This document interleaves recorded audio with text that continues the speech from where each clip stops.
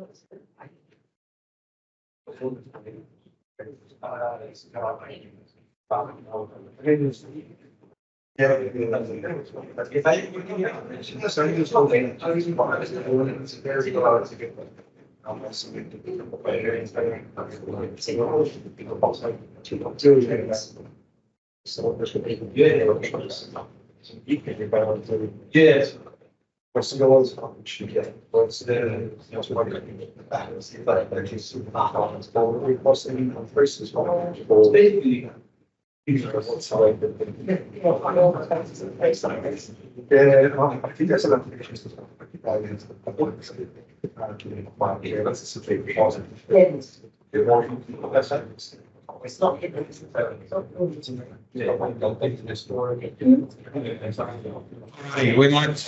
We might kick things off. Just triple checking everybody online. You can see and hear everything. Just give me a little. I'm going to drag you across onto the big screen so everybody can see it. But just give me a reaction, thumbs up or hearts or something. I can't see the screen, but anyway. Yeah, we're good. We're good. That's good. You just somehow drag this back across because I can't see it. All right. There we go. All right. Let's go. First of all, thanks everybody for coming in person. Nice little intimate group here. Everybody online, hello there, and welcome for wherever you are in the world joining online as well. This is going to happen once a month. First session today. So we've got all the other sessions planned and booked in, and some pretty cool speakers coming along as well on different topics, all around Copilot. It is a new hot topic, obviously. So what we want to try and do with these sessions is really just share experiences, even some best practices or use cases or things like that. We often see, and we were talking before, often see a lot of the marketing stuff from Microsoft, and it's all whiz bang and everything like that. But what we'll do today is just, I've got a few little demos that we'll go through, a few real world use cases outside of the things that you've probably already seen around, Teams, meeting recaps and all that sort of stuff as well. We've got some things that we'll jump into. Agenda, so quick agenda. It's going to be about a 40-minute type of presentation, I guess, and then we'll, if you've got any questions or answers, or you won't have answers, you'll ask me questions and I'll hopefully have some answers, but other people might have answers too. I know there's a few people in the audience here that are already using Copilot and piloting Copilot and things like that in different ways. So again, another thing about these type of sessions is just hearing from other people as well, being able to hear what they're doing, because what we'll see in a minute, I mean, it is really important that people in different roles are going to use different experiences. So understanding that is going to be key as well. We do have sponsors as well. So to make these things and these events continually free, we do have sponsors. Today's sponsor is Digital First. Grant is here from Digital First as well. So thanks to Grant for putting on some Microsoft, first of all, Microsoft Reactor with this space, plus also providing some food and things like that. Digital First we might have a few little drinks and things after the fact as well. For those of you online, you're going to miss out on that, but next time, just come in person. Good. Okay. First of all, I've got a pretty cool guy, Jeff Teeper, president of the Big Bang Microsoft 365. Something to say? Teeper, president of the Microsoft 365 team, and I'm so excited that you're all here today in Sydney to learn the very latest about Microsoft Copilot and how it can transform your career and your organization. There you go. For those of you who don't know, he's a kind of a big thing in Microsoft, but you may not know him anyway. Let's move on. Copilot experiences or Copilot in general. There is this topic of we've got different Copilots. As far as I was talking to somebody the other day about, it's not really different Copilots specifically, it's about different Copilot experiences. It's one Copilot, but different experiences across different applications. So you can see there, we've got a family of experiences. It's going to get bigger and bigger and bigger and bigger, but we're starting at these points. And again, what we'll go through shortly is the experience that you might use might be different from the experience somebody else uses. So it's really understanding the role that you play in your organization, what other people's roles are, and then using Copilot in that experience that is going to help you in your particular role. But the ones we're going to focus on today specifically, or there's a few, is that middle bracket of the M365 Copilot. All right, there's a couple of applications that we'll go through and have a look at. I just spoke about scenarios. So why scenarios are so important is around the user adoption of Copilot itself. I've heard it many, many times already where people have just turned on Copilot, switched it on, and just let it go. People use it, the spike goes up, usage goes up, and then all of a sudden it might come back down again because people aren't getting the most out of it because it's not specific to, there's no use in what they're doing, right? So if you think of like a CEO or an executive type of person, might be using Copilot for meeting recaps. They're in meetings a lot, so yes, they might use the experience inside of Teams, to-dos, what to follow up on, if they're coming into meetings late, what's happened previously, that type of experience. Whereas somebody in the marketing team, that it might be of no use to them. They're more about creating emails, creating content, email sequences and product launches and things like that. So just having different scenarios for different people across your organization helps improve the productivity of that particular person and the adoption and that type of thing across the organization.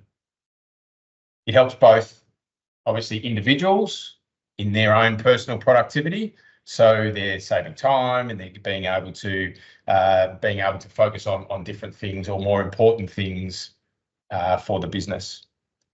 As I said, users are going to use different experiences across the platform, across that family of experiences, and we need to treat those people, or inside of your organizations, treat those people differently because they're going to use different experiences. Again, I've got Caruana here, head of the success manager and the adoption of Microsoft globally, does a lot of work in this space. Adoption.microsoft.com as well is another great resource for any adoption type of content and resources. Her team does an amazing job with that. I spoke to her last week about this type of stuff. You know, this is a very timely question. I was just having Thank a you. conversation with a set of customers and their support folks just recently. And, you know, I really think we have to realize we have to treat our executives, people like chiefs of staff and executive assistants as well, differently than we do the standard business user, whether they're a frontline worker or a knowledge worker. You know, executives have their own experience, and therefore I usually recommend that there's a sort of white glove experience for them.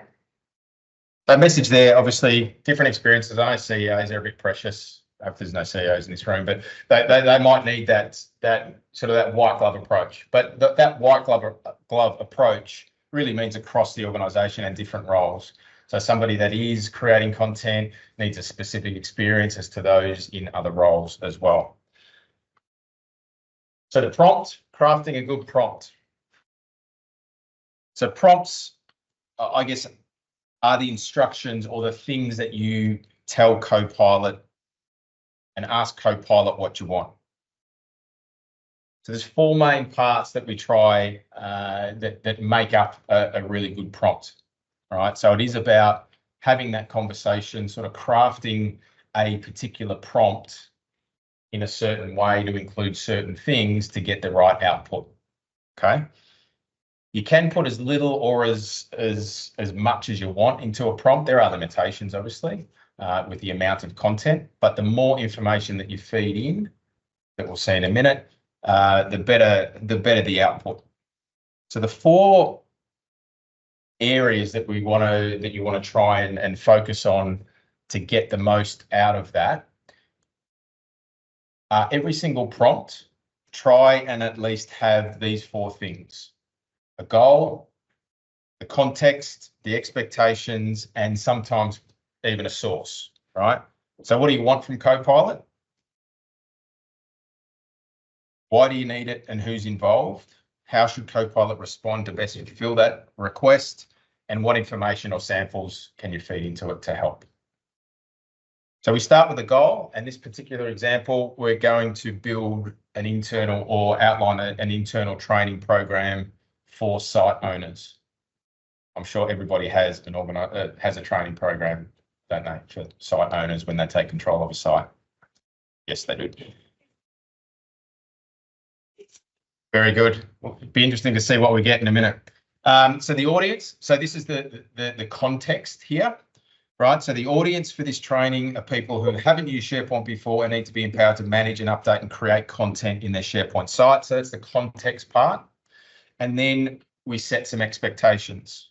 So the structure of the training should be broken up into little bite-sized modules so that it's easy to follow. All right. So we'll put this, let's put this all together. So in a prompt, I'm just going to grab a prompt. Now, I will jump into a Copilot experience inside of Word. And this is going to be really difficult for me. Should have thought about this beforehand. Now, what you're also going to get a little taste of here is the new file creation experience inside of OneDrive for Business, all right, which you may not have seen before. So it doubles. So we click new. This is a new experience. So you can see here we've got templates that we can now start from OneDrive. This isn't Copilot, but this is just some pretty cool stuff that's coming. So we're creating our document. You can see also here that we've got some organizational templates. No templates here yet, but you can upload and create an organizational assets library and have your organizational templates appear here so that people can start their documents from your templates. Pretty cool. All right, we're going to start is that Word? We're going to start a Word document. So we're going to do this in Word, and we're going to outline and pass in that prompt to Copilot to create our training program. So we'll paste in that prompt. There's the prompt. Those things join together: goal, context. And we shall hit.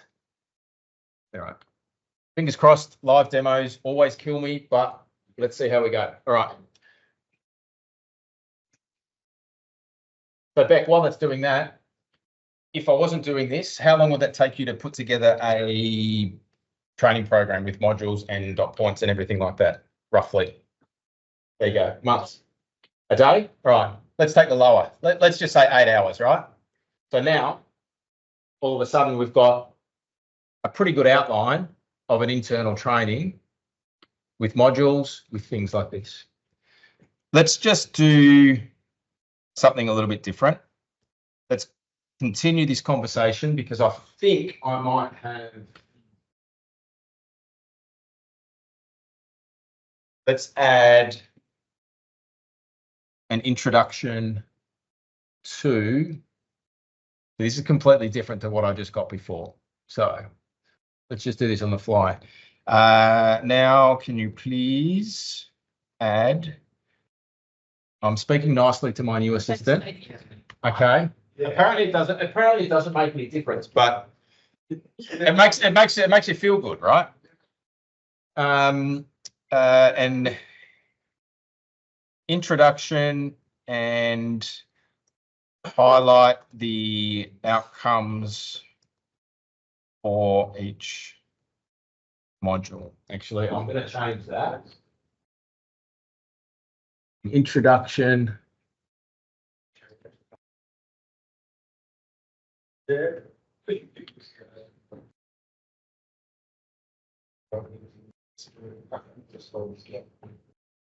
And we'll hit enter. Did I misspell something or remove a space? We'll see how it goes. It knows. Okay, so now we've got a little introduction and we've got some outcomes. By the end of the module, you're going to do this. Now we're going to do that.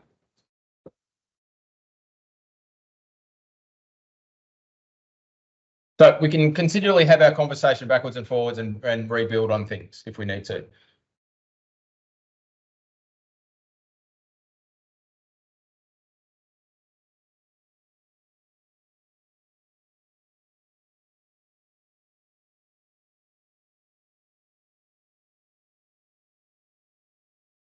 So I reckon by going backwards and forwards, maybe for about 10 minutes, I reckon you save yourself, let's go the lower end, 8 hours of work, right? So we'll put together a training module. We've got our session. Now, let me just add one more thing to that.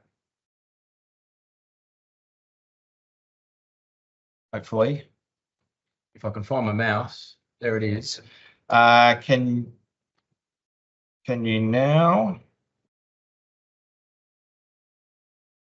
in table format propose an outline over a 2-day period? Hopefully that will give me something. If I hit the little thing.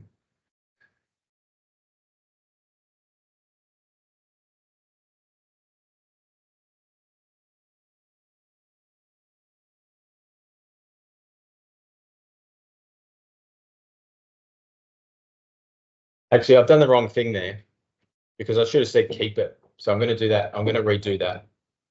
Because what it's doing now is it's redoing, because I said I didn't say keep it, it's redoing the whole thing. So I should have said keep it. All right. So we'll do that in just a sec. Yep.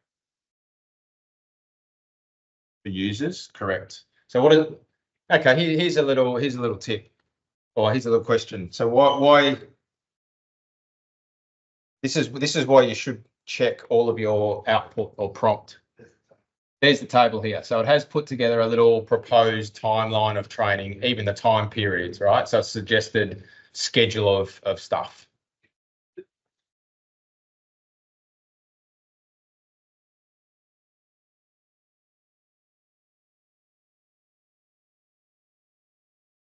Check it. It's based on Or turbo. Yeah. this change. Can it add sources as well so that it verifies and loads? You can. So you can use your own files and your own content inside of M365. So it's contained inside M365 in this case. Okay, but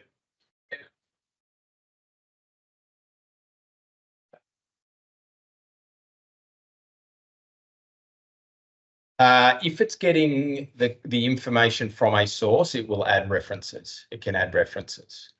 Yeah. So it's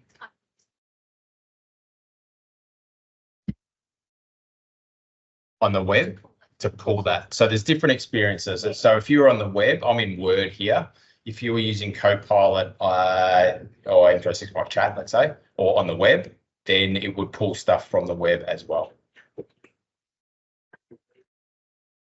Okay, so let's put together a little schedule. Well, no, this isn't pulling anything from me. I've given it a prompt to create something from the sources that I've got in my tenant as well. right, Yes. yes. I've got some So, the world. Yeah. All right. Let's minimize this. Let's go into a different experience. Business cases. Generally long, drawn out type of things to write. Grant, how long does a business case take you to write?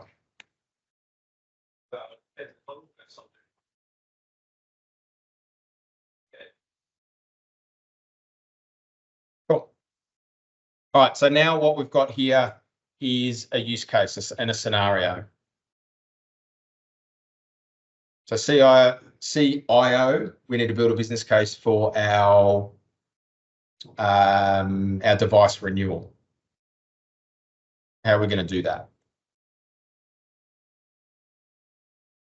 Same thing. I'm going to open up Word this time again, though. I'm just going to push this forward a bit, hopefully, so I can see the screen a bit better.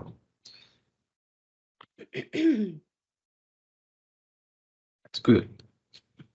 All right.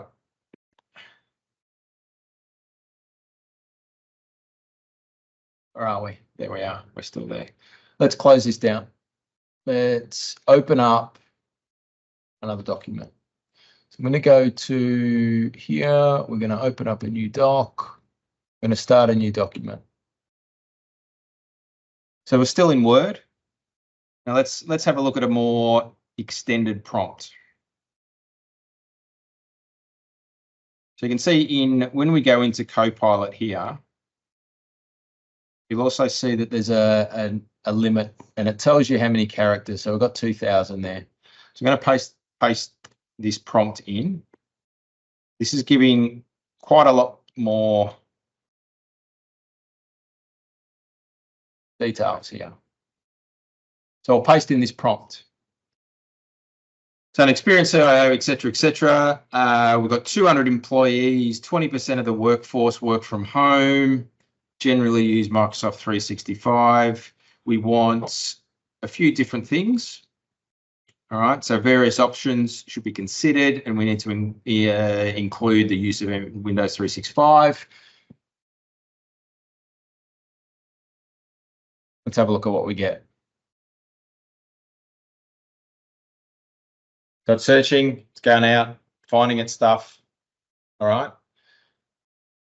Using the information that we passed in, it's gathering information around business cases.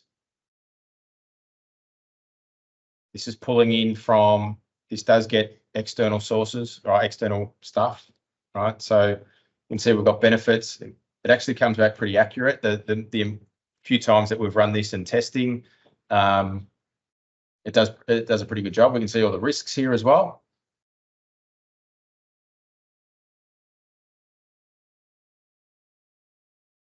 And we've got to remember that this is, think of this like your assistant, right? So it's not the end result.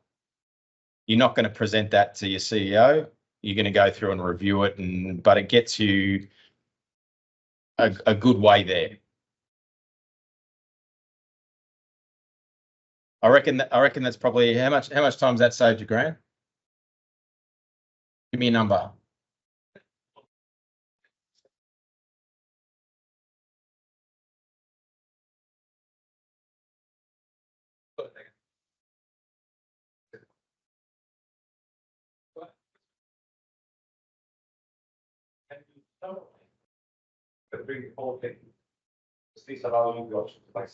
All right, we'll do that in just a sec. Stop jumping ahead. So building this is creating. It should be finished in a minute. Now, given what we've got in the document, this time I'm going to keep this, right? So looks good. I've reviewed it. I've had a look at it. Let's keep it as a starting point. Now, we're just going to do something else here. You provide a table that shows the capital and operating expenses over a 3-year period. Let's see what happens here. I'm hoping it draws out a table for me. Good. So I've got the information in the document itself. And now we've got a table that shows us capital and operating expenditure over a 3-year period. Stop asking me hard questions that I can't answer.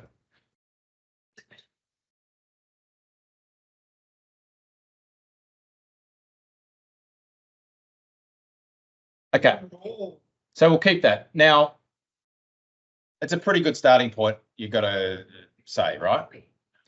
Now, what about summarising this? So I'm a CEO, I'm late.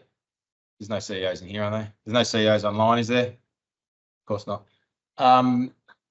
We'll hit Copilot here. I'm a CEO, I get this document, I've got a Copilot license, summarise this doc.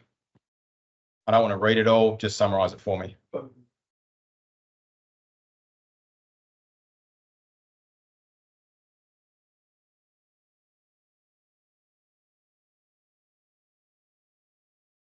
Yes, yes, yes.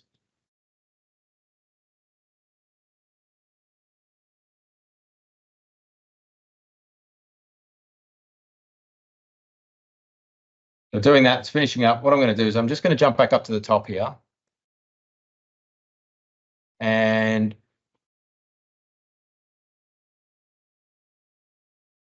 we might want to just change something in here, or let's add an executive summary.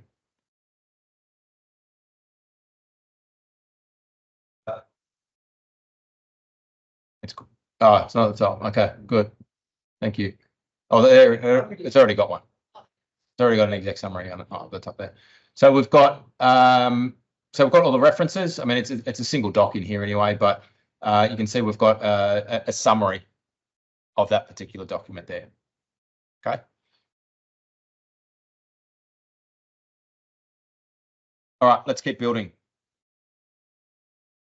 Different scenario.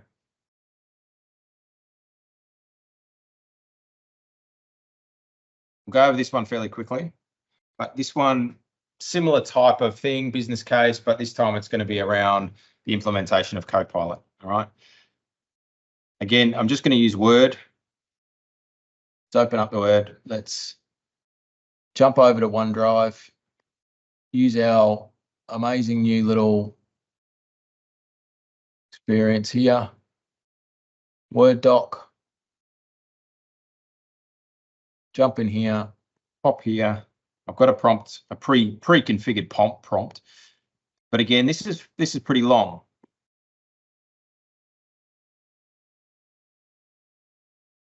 I've also got some figures and some numbers and just outlining what a Copilot license is worth. So I've got it all down here. So we've got at the end of the business case, provide a table that shows potential ROI based on the following, and this is just for your particular business.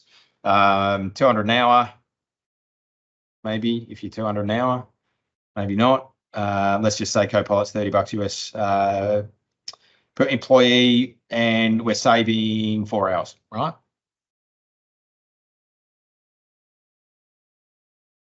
Again, we'll see what it comes back with. But just to reiterate, you need to read this, right? You need to make sure that it's accurate, because it will come back with not potentially, it will, just expect it to come back with incorrect or maybe some hallucinations and things like that as well. So you need to check that, all right? So we've got a couple of options again. So we'll just wait for this to quickly run through. Now you'll notice that the exec summary up the top is just really bullet points, right? So it's not really a written out exec summary. So we'll just have a quick redo of that in just a sec. But we'll see if it now gives us also a table at the end with some ROI information for us that we can then go and present to somebody.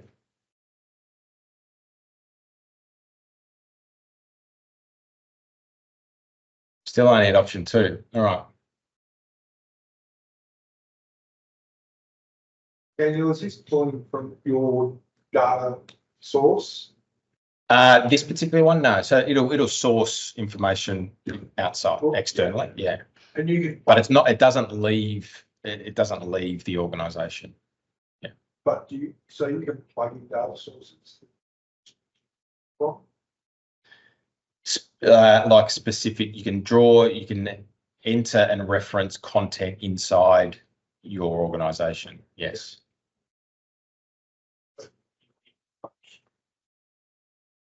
Sorry? That's it. Well, No, not. So if I ran that again, it'd probably give me something a little bit different. Yeah. Okay, come on, speed up.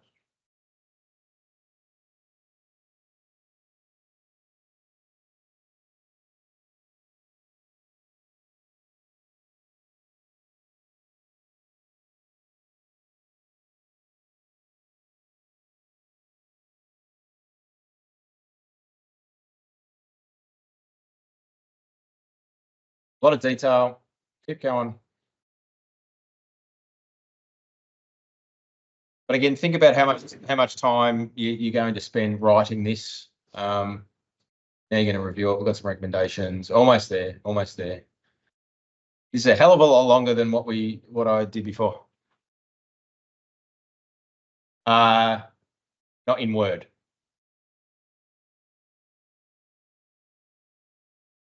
We'll do something in a minute with PowerPoint as well. That So while it's was pretty good. Yeah. That Copilot will prompt is sitting on the page. It You is. expect that in every visual, as soon as you create a new document, sitting. It'll you be don't there. have to get the No. icon on the top right, on the top. Correct. Yeah. Okay, so there's our table. So presuming that it's. That hasn't done it. Yeah. It hasn't done a very good job there, but I'm going to leave it there. Let's keep that. Cool.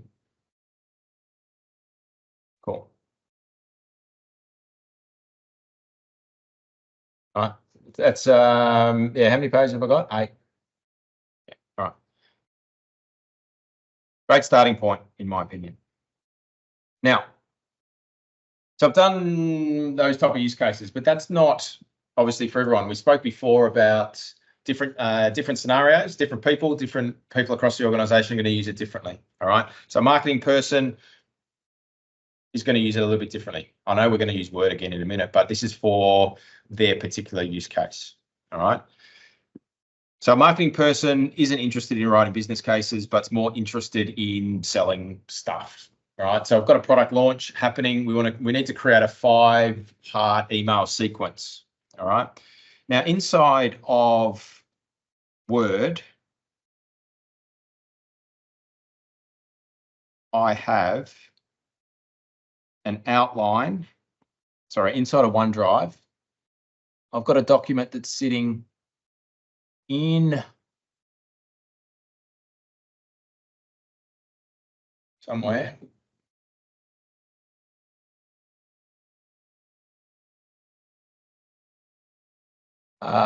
In here, it's got an outline of this new whiz-bang product that we've got that was ironically done by Copilot. So I've written and asked it to create a new product for me with some benefits of this new product. So we've got this for us. We've got this here. And I don't like this new Teams thing. You know how to get rid of it? It's a pain. Tell me how to get rid of it. No, you know how to. Oh, I thought you were going to tell. I thought you were going to tell me how. All right. Well, all right. So we've got this product. I'm going to start a new. Yes, I'm going to start a new email, a new document in Word. But I'm going to reference that document. So again, I'm just going to click inside this little prompt. I'm going to paste in here, but this is where I can reference other. This is where I can reference other documents. So I can hit the /. I've got this little button down the bottom there where it says reference, and I can now say, there's my product using the, no, sorry, that's not that one, because I want to browse and I want to go to email sequence. And this email sequence outline. So in this document here, I've got an outline of the emails. So 5 emails, I've just got an outline of each email. I'll open it up in a minute. So we're going to reference this. I'm going to pass in now also another part of the prompt here. The target audience, homeowners working too many hours, etc., etc. All right. So I want to generate and create an outline for a 5-part email sequence. So again, it's referencing this other document that I've got in my OneDrive. I've specifically mentioned that, and that document has an outline of 5 emails and the type of emails that we want to do. So here's the email one. We want to deliver a lead magnet. We've got some key points that the email should have. We've got email 2.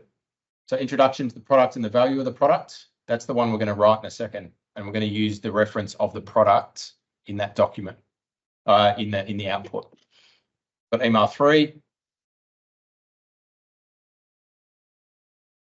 So what I've done in the other document that I've referenced there is, again, I've used Copilot to say, using, you're an expert in email marketing, use a common framework that is going to encourage the most open rates, with call to actions, et cetera, throughout that particular sequence of emails.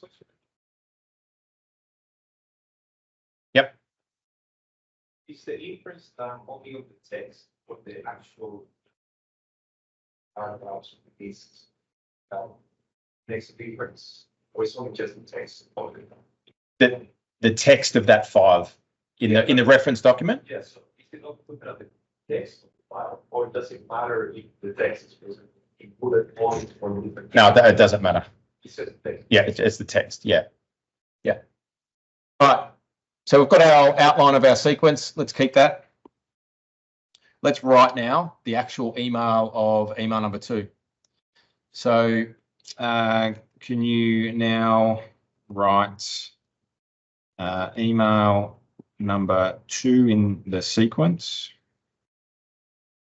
using the product information as from this file, which is this one, as reference.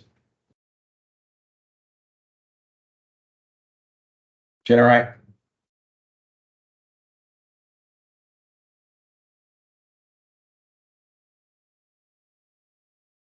So think about, maybe you might have an EA or a VA or something like that doesn't really, that's working for somebody that might have a certain way that they talk or they write or things like that. That person could have, or even an outline of a template or a document or a structure or things like that you can reference.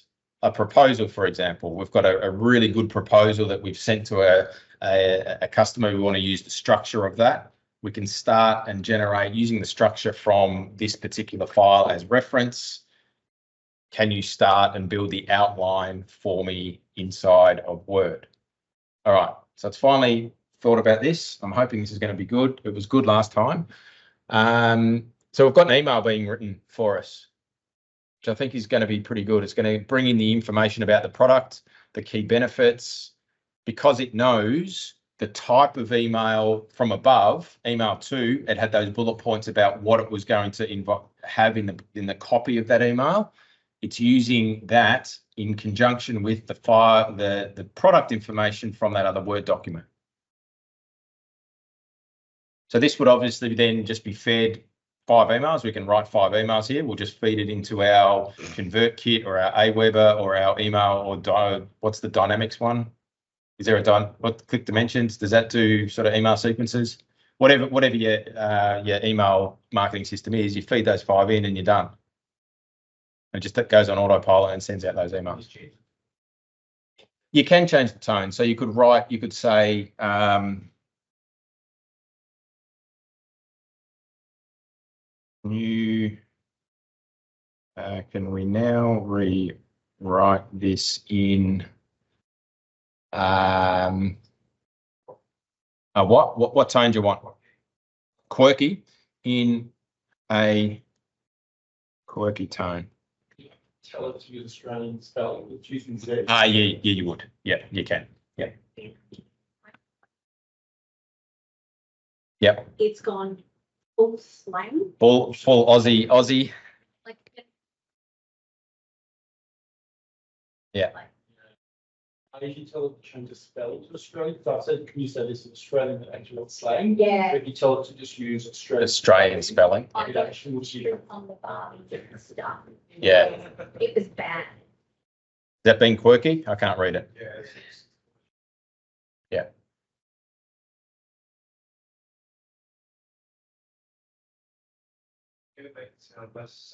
Less salesy, you can, because I mean, I'm not sure if you noticed, do you use ChatGPT much? Yeah. You can tell when somebody's used ChatGPT, it's revolutionizing or it's transforming or it's, you know, that type of stuff. Yeah, I've found that if you put like remove the jargon, like that term, it tends to tone that down a bit if you tell it to do that.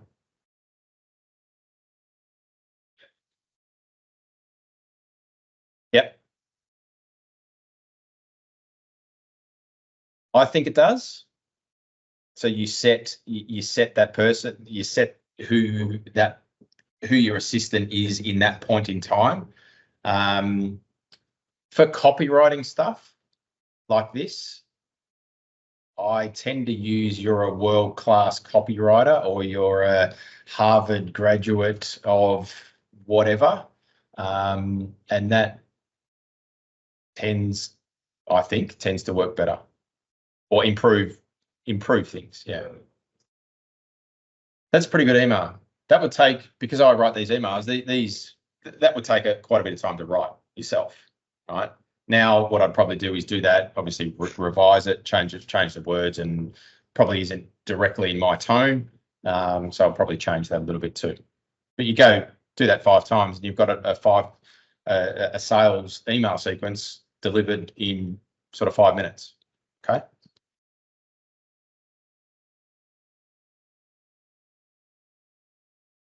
Yep. Yeah. Yeah, I've done, and I've put that in dot points. So your brand, whether it's your brand guidelines or whatever, if you have that as dot points in a document, using the tone that we outline in this document, and it's only the one word types of things. I've also done it where you actually feed in. So I do a lot of audio, a lot of video, but feed in transcripts of what I've done. So it's not learning. You do it over again. It's not like ChatGPT in that respect. But if you feed in 3 examples of maybe a paragraph each of the way that you talk on video or in audio, that also helps with what comes back and that tone as well. Correct. Yeah. Yeah. I've tried it with those paragraphs or those examples in a document as well, so that helps. So the same thing, having a reference document that references your voice or your transcripts as well helps as well. All right.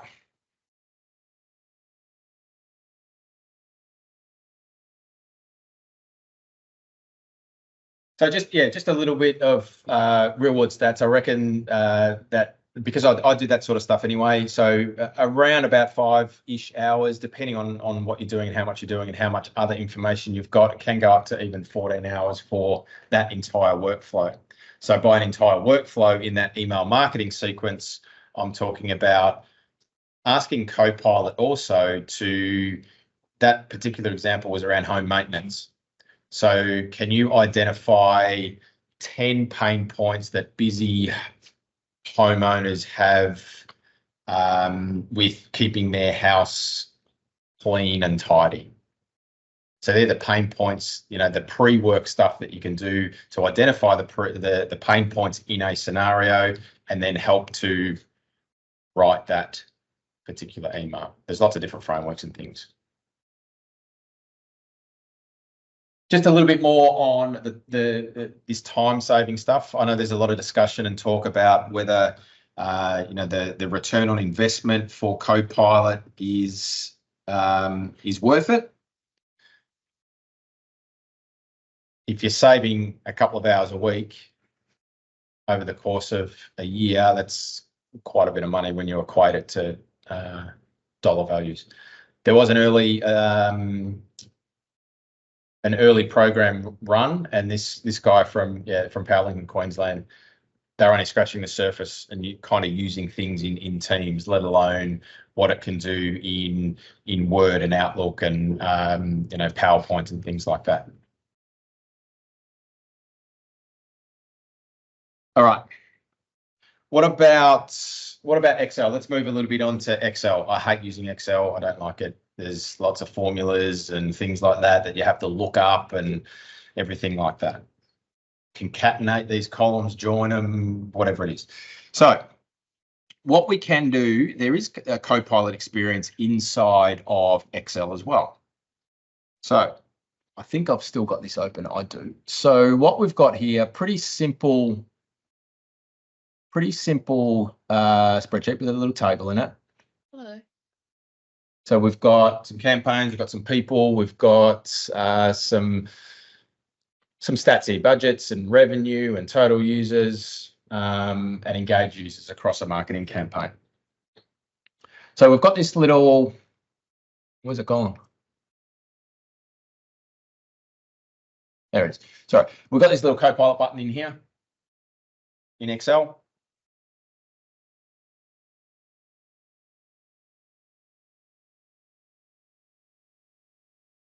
Come on, Microsoft Reactor, internet, please work.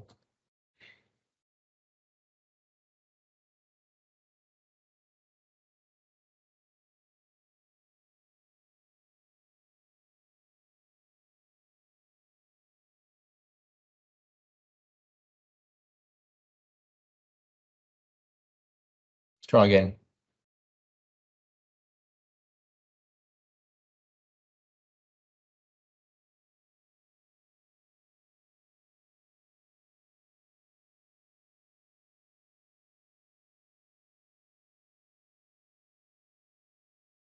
Generally, context of Excel. Mhm. Is that about making your life easier and not needing to know this function? Yes. As opposed to analysing wordy kind of data, like, feedback forms and stuff. Analyze sentiment to be. Doesn't like the analytics side, you're saying? Or it can.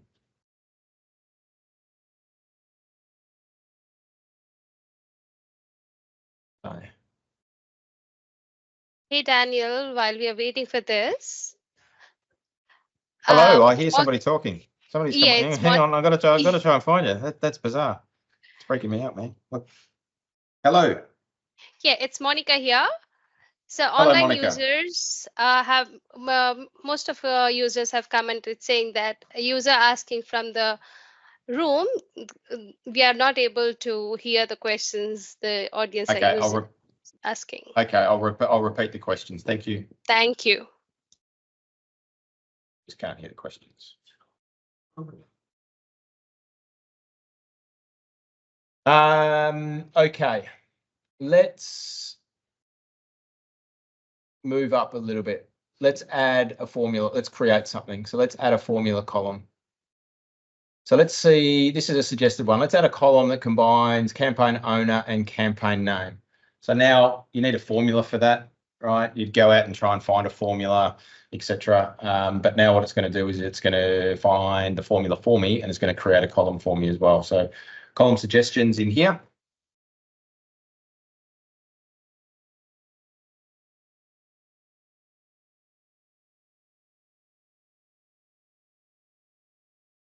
So we've got the formula.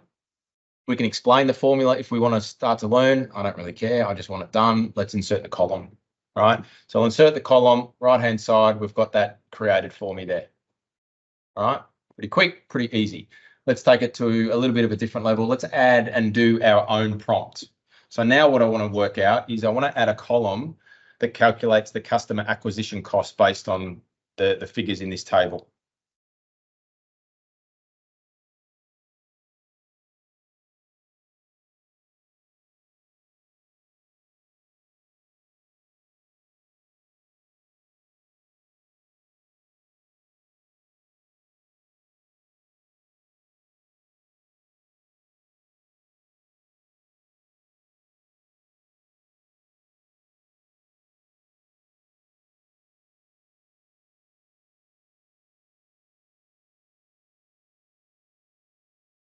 Daniel, you're muted.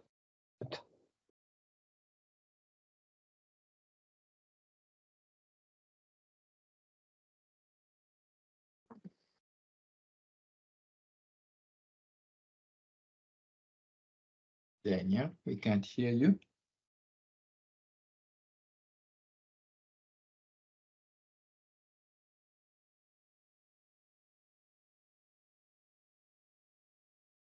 Hey, Daniel, you're muted.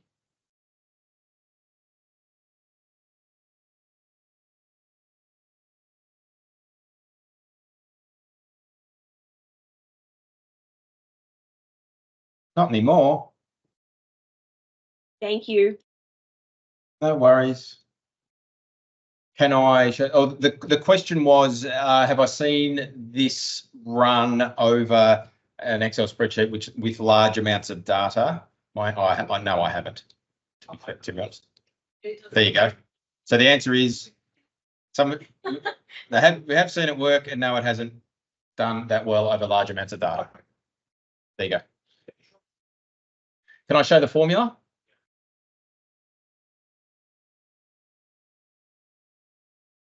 This one?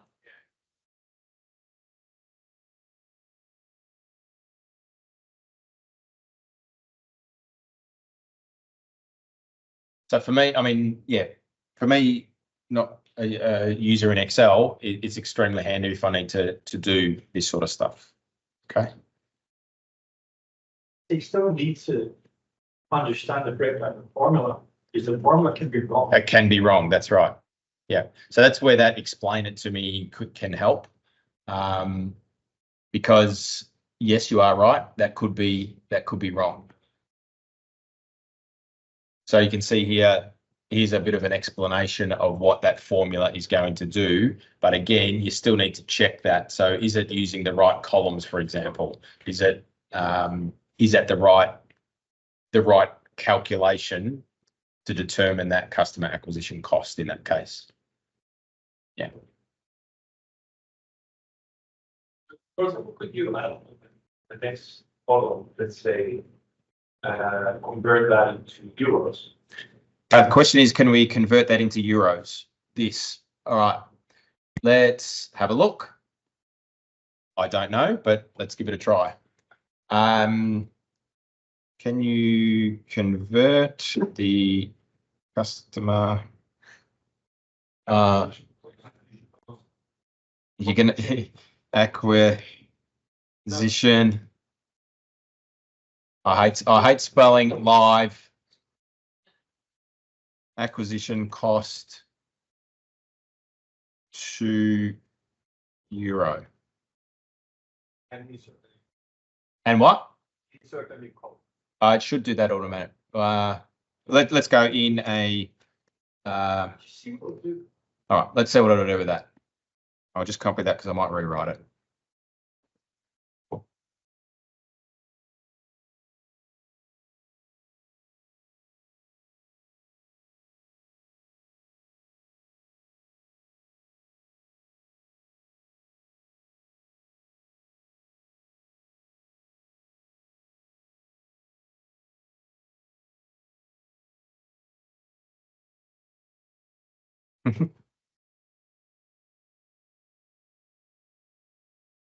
Okay, and We ask it to assume that the cost is in AUD. Yeah, but can you convert from From AUD? AUD to euro, maybe. Yeah. So you're going to be more exact with your problem. Still put demonstration. Maybe we need to add the customer acquisition cost column. yeah, we can give that a go. Yeah. Put that inside. Like, yeah, correct. Right.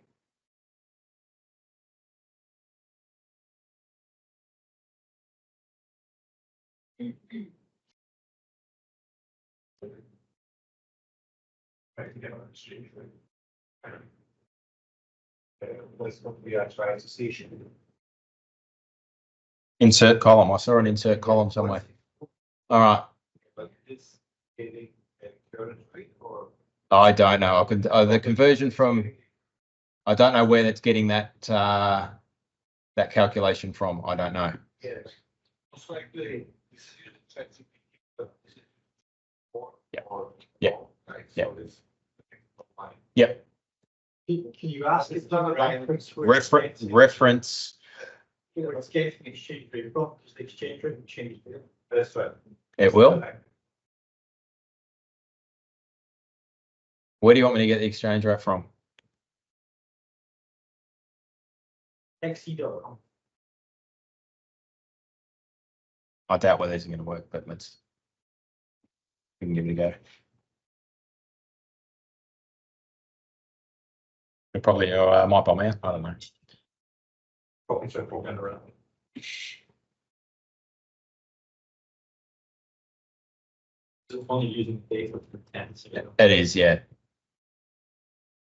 yeah. See? So that 0.64 did it just pull out? I don't know where the 0.64s come from. So check your data. Is the motto of the story.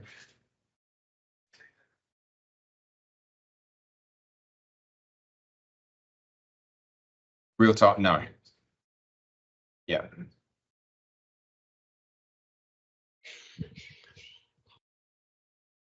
Very good. Okay, I've got one last thing. One last thing, and then we can just open it up for conversation. Now, we were speaking before about sort of this training outline. Okay, so what I'm going to jump into now is that's all well and good inside of a Word doc, but what we might want to do is start putting together our training package. Right, so let me jump into training, and I haven't got it in there. Where did my training end up? That one. Just going to move that into training.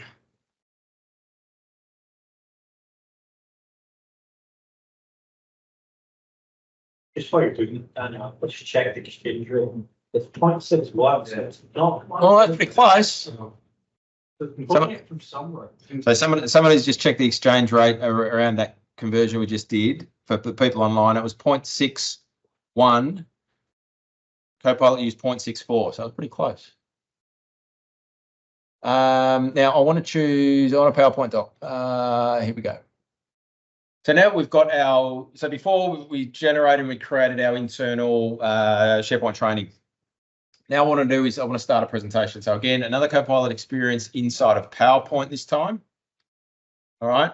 So you can see here, same thing. I want to create a presentation from a file. Now the file I want to use is none of those three, but it is the, was it internal? Internal SharePoint training. There it is. See how we go. Again, it's not going to be a pretty whiz-bang presentation, but we can make it one. It's going to give us the slides that we need, the points that we need, the content that we need inside of these, I hope. Good.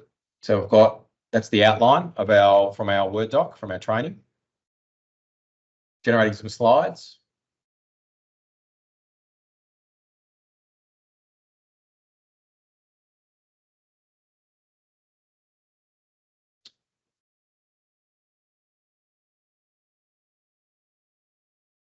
No, it doesn't use from, but you can ask it to add some images. Yeah, from show like use SharePoint images. Can you, okay, so yeah, so in here, let's say, actually it's done, it's actually, when I did it, when I ran this earlier, it was just all plain text, but you can see it's a different output now. It's picked and no designers in the room, but it's a bit of a yak color. But anyway, so in here, in this slide, this is introduction. This is managing content. Let's see if we can find a SharePoint. Can you add an image of SharePoint to this slide?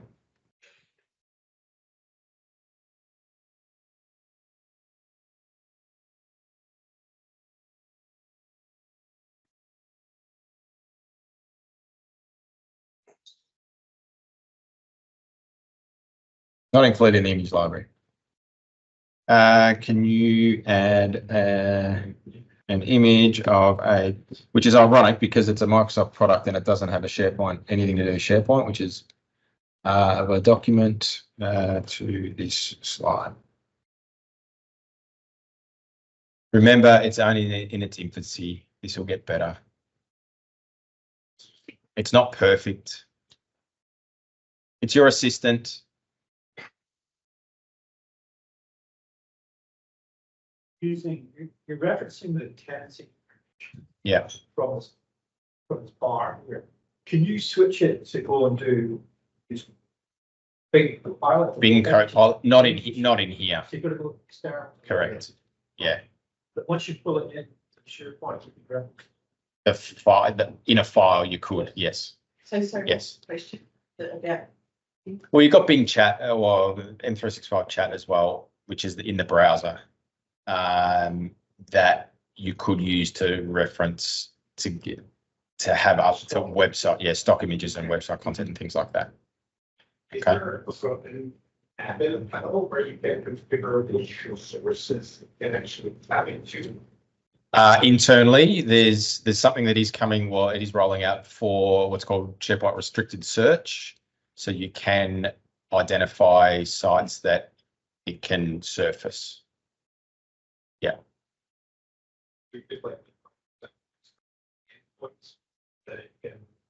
No, not with. So SharePoint restricted search is just for SharePoint. So the question was, can you restrict where or identify locations where it goes out to source information?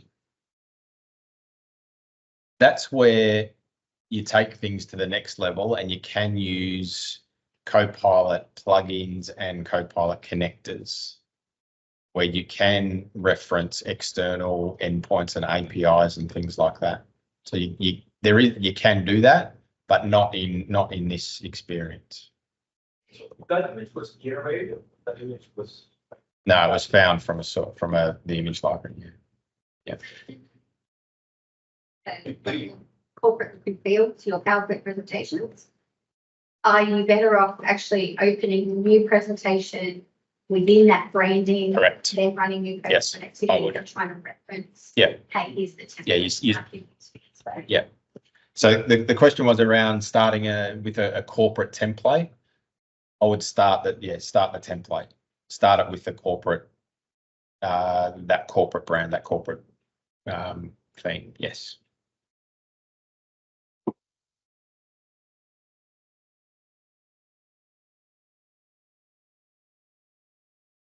Okay, that's all I got. Next month, I'm not sure if Kirsty's online, but she was going to be. But next month is Yes, going I to am. be I'm here. Kirsty's coming. Sorry, I'm here.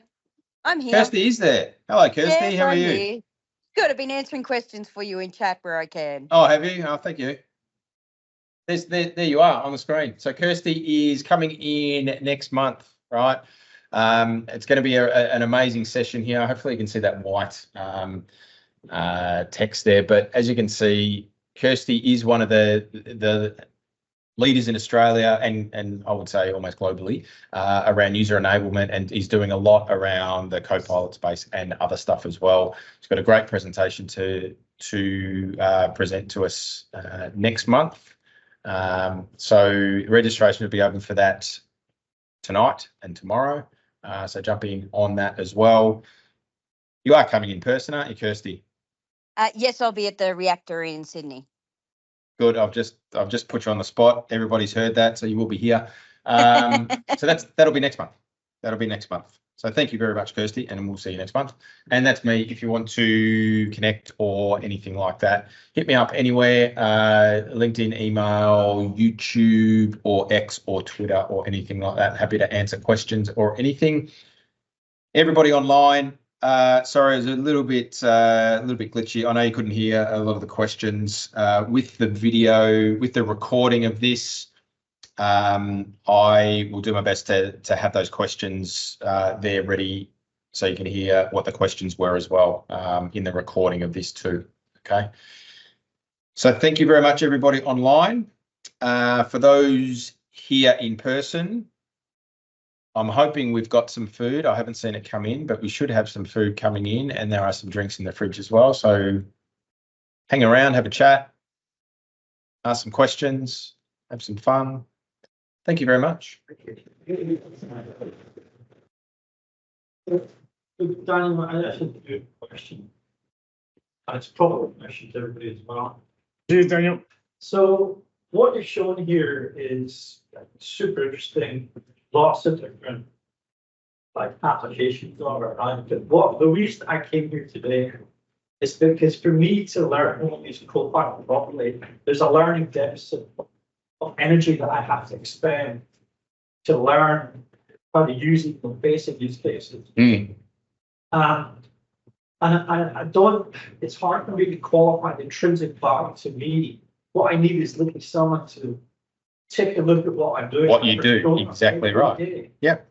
And then break down, here's where you could use it, here's the point you could use it. It's for me to do that. It's potentially a week, 2 weeks worth of work, which I cannot afford to just get into. Yep. What's your role? Tell me what you do. So I'm a practice manager, right? So I've got like 20 people that I'm responsible. Yep. And there's a lot of like pre-sales work, proposal writing, bid reviews, all that type of thing. It's just so you approach that. could you see a use case for writing proposals? Oh, absolutely, but like the tool set that's provided is not specific enough for the consistency of proposal across a team of 5 people. Actually, Copilot Studio can tell us, here's your explicit data set, here's the templates you'll use, here's the previous answer to the most common questions, and then have a spit out a proposal. But that's a very specific piece of work that needs to be developed. It's not like out of the box Copilot. But is that like onboarding a grad? Like, so in my head, I've got a grad in the team. So they can get something to a basic level and I'm going to refine and refine from there. So I'm going to show them, here are our templates. Here's someone's been done before. Here's what you have, here's what you produced. Let's refine that. Yeah, like, that's the investment. I want to take that to the next level. So the grad's not writing the proposal.